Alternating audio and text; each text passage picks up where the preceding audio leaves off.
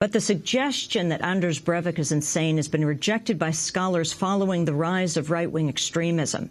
Instead, they see him as the extension of a virulently xenophobic narrative with deep roots in the United States.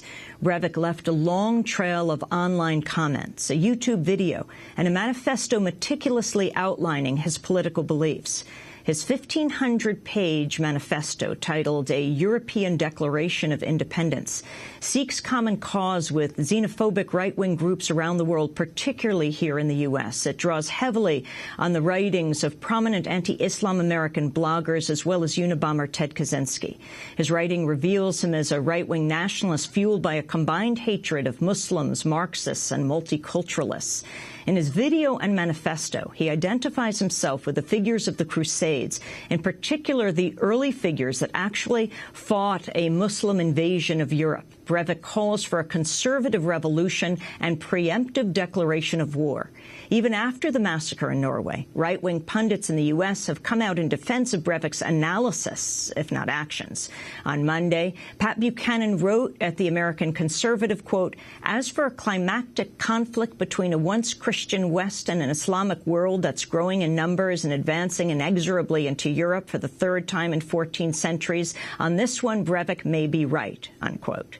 For more, we're joined by someone who's made his way through much of the 1,500-page manifesto. Jeff Sharlet is author of the best-selling book, The Family, contributing editor for Harper's Magazine and Rolling Stone, author of C Street, The Fundamentalist Threat to American Democracy, and most recently, Sweet Heaven When I Die, Faith, Faithlessness, and the Country in Between. Professor Sharlet joins us from Dartmouth College, where he teaches English. Welcome to Democracy Now!, Jeff.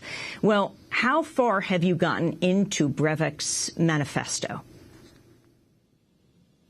I've been reading it slowly over the week, and one of the things that got me started was that, almost immediately a lot of conservative pundits and even, sort of mainstream journalists were declaring, summarizing this 1,500-page document. And, sort of startled. How did they read this in a few hours like that? So I've made my way through most of it, but it's a massive document, and it requires a lot of work because sometimes he says he's lifting from a lot of sources, many of them American. Sometimes he identifies them, as with Robert Spencer, a popular anti-Islamic blogger. Sometimes he doesn't, as with William Lind, a prominent conservative critic whose attack on what he sees as political correctness and as a sign of Western decadence, he lifts kind of whole cloth without attribution. So you really have to kind of read the text and then really double check and see where it's coming from.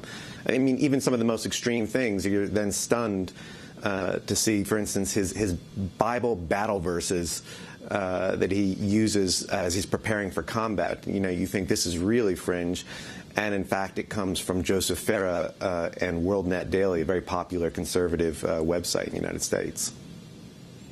What were you most shocked by, Jeff Sharlet, as you tweet your way through this manifesto, sharing what you are learning? For example, talk about Spencer. He mentions him, more than 150 times throughout the pages.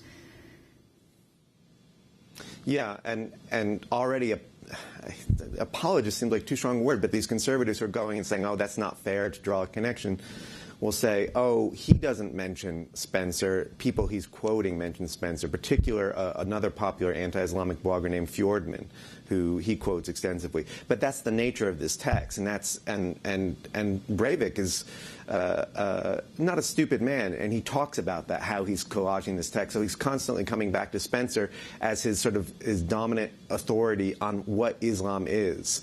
And if you believe Spencer's understanding of Islam, other people might be taking up arms too. It's a little bit like reading Leviticus and then saying, oh, well, I know what Christians are all about, and all Christians are off hunting for witches, literally, and killing people. I mean, it's the irony of Robert Spencer is he takes an absolute literalist and kind of ahistorical examination of Islam and then builds up this great monster, and that's what Breivik goes to for his authority.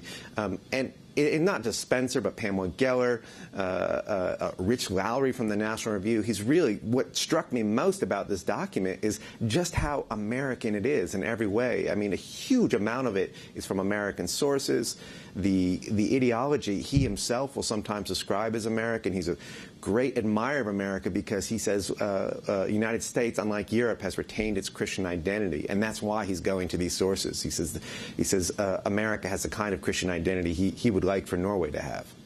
The manifesto also provides detailed instructions for preparing physically and mentally for what Breivik describes as a coming civil war between patriotic nationalists and multiculturalists who are wittingly or not destroying European civilization. He writes, "Once you decide to strike, it's better to kill too many than not enough, or you risk reducing the desired ideological impact of the strike. Explain what you've done in an announcement distributed prior to operation, and make certain that everyone understands that we, the free peoples of Europe, are going to strike again and again."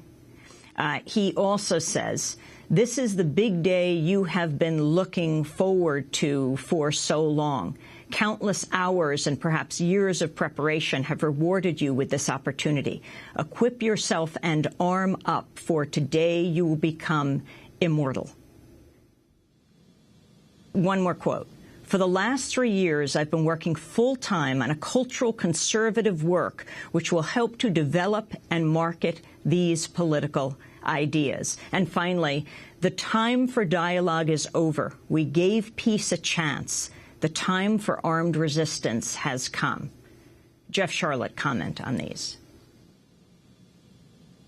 You know, you mentioned that marketing line, and there's another line, and he says, "I'm not only a one-man army, I'm a one-man marketing agency." That's how he describes himself.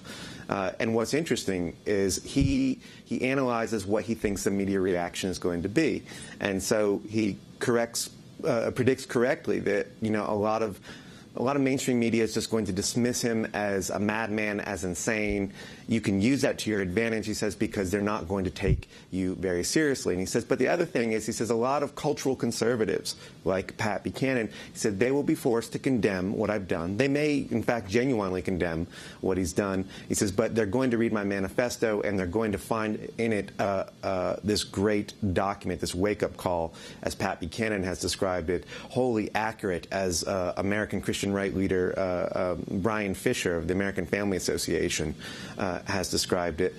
So when you look at, you know, one of the things that comes out of that, all that sort of rhetoric about preparing for battle, it's terrifying. But even more terrifying is his really sort of correct assessment of how conservatives would use it. And so far, they've been playing pretty close to the script and condemning the violence, but saying, hey, everybody, this is, you know, we really do need to fight the Muslim menace and so on, which sort of starts to lead you in this kind of circular logic where you get back to, ultimately, atrocities like the one Breivik has committed. Throughout